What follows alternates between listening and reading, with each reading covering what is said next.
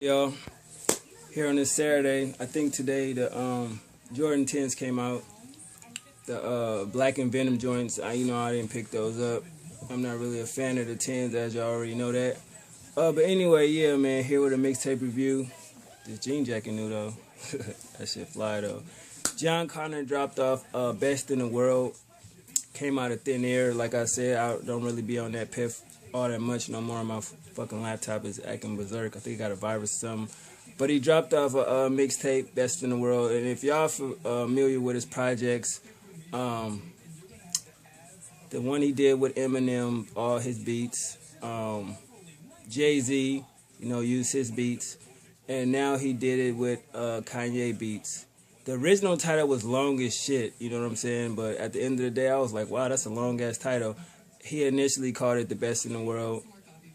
It got skits from, not skits, but ad-libs from CM Punk from, wrestling, of course, when he go on his pipe bomb rants with The Best in the World. So you hear those throughout the mixtape.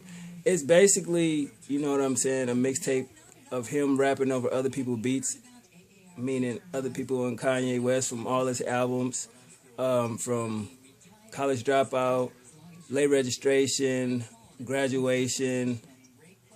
He don't have no 808 and Heartbreak beats on here, but he got My Dark Twisted Fantasy, and he got Yeezus, of course. So he just picked one album, 808 and Heartbreaks. Really, he didn't do no songs from that shit.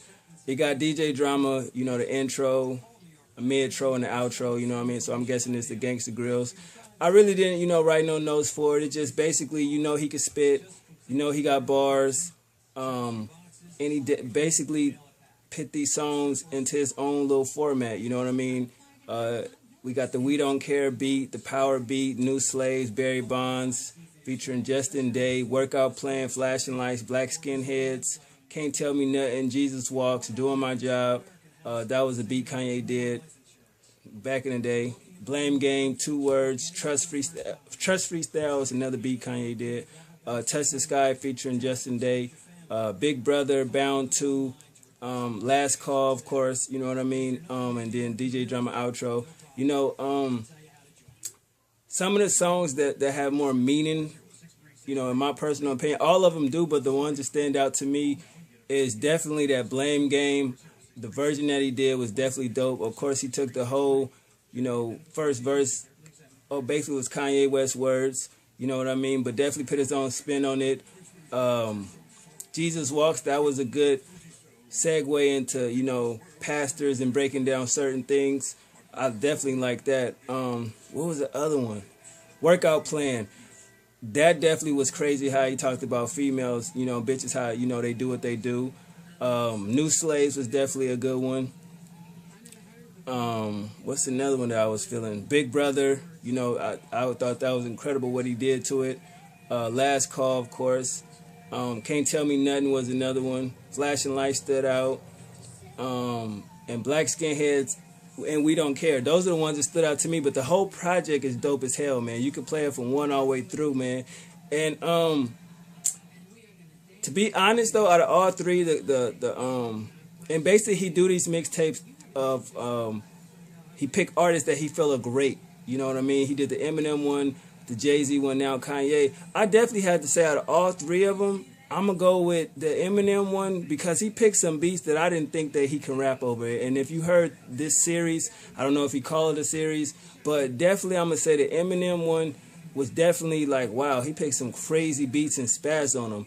The Jay-Z one came, and I was like, wow, he picking Hove, you know what I mean? So he definitely had some joints on there where I was like, okay, you know what I mean? But then he had some ones that was like, who couldn't rap on them, you know what I mean? But this one definitely stands out too. So it'll be the Eminem one, the Kanye one, and then the Jay-Z one. But definitely, if you fuck with John Connor, he talks about a lot of subject matter, you know what I mean? From him getting signed to how people treated him before the deal, after the deal, situation with a relationship. So he basically gave you himself, personal, you know what I mean? And I definitely like that in him, you know what I mean? I definitely looked at it as a mixtape to where it's showcasing his talent, you know what I mean? I will always say that I don't really like when people rap on other people's beats, but if you gonna do it, spaz on them. You know what I'm saying? Like how Lil Wayne used to do. And we know, I'm not saying Lil Wayne is not, you know, lyrically inclined, but I'm just saying, like, at the end of the day, he is another one that can get on somebody's beat and destroy it. Like, he definitely took a lot of these beats, kind of put it in song, well, basically did put it in song format, not just a freestyle. So I definitely, you know, appreciate that. And, you know, John Connor, I'm definitely looking forward to that album. You know, I'm hoping that he is not like another artist that was on Dr. Dre's label that never came out with an album. You know, he signed a lot of people, and the only people to really come out with an album, you know, was Eminem, you know what I mean? 50 was under that umbrella, and then Kendrick Lamar for another album. So I definitely think that him and Dre got something, and I definitely want to see an album come out. But yeah, man, I get his mixtape at least, you know what I mean? I gave it an 8 out of 10. Not no shade, no hate, but it's like I said, it's not all original production. For creativity, yeah, I gave it a 10 out of 10. You know what I mean? Straight up, because I just thought it was creative. The way he just didn't take a beat and rhyme over. He took a beat and actually put some thought into his rhymes, and it just talk about his everyday struggles from then to now, the grind that he went through. You know what I mean? Even the joint where he talked about the different jobs that he had. So when you take the titles of the songs, listen to what he's saying. The Trust freestyle was crazy the way he broke down that. You know, Touch the Sky was another one that was crazy. So I definitely looked at it as he just didn't go in there and pick a song and rap over it. He took the title of the song and the content matches the title of the song. So he put some thought into it, and you can hear it in his verses. It's like, I caught that shit later as I'm listening to it today while I'm out, and I'm like, yo, he just didn't pick a beat that he liked from Kanye. He definitely picked subject matter to match the title. You really got to catch that and listen to that. So I definitely think John Connor is dope. Hopefully we get an album this year, but I will say he does need to come with another mixtape, at least summertime, with all original production. Because I don't, this a whole fan's over, but at the end of the day, they want to hear, you know what I mean, some kind of prequel to your album. You know, the wordplay is there, the bars is there, the flow is there, subject matter wise, but definitely I think we're going to want to see original production mixtape, in my personal opinion. But hands down, this mixtape and the one I'm about to review next is the best that dropped this month. I mean, I know Lowe's about to drop one on Monday, but definitely, man, for March, shit, it's only a handful of them that I say it was dope as hell, man. But y'all let me know what y'all think of John Connor review, Best in the World, which I'm saying he is, you know what I mean? But other than that, I holla, man. One.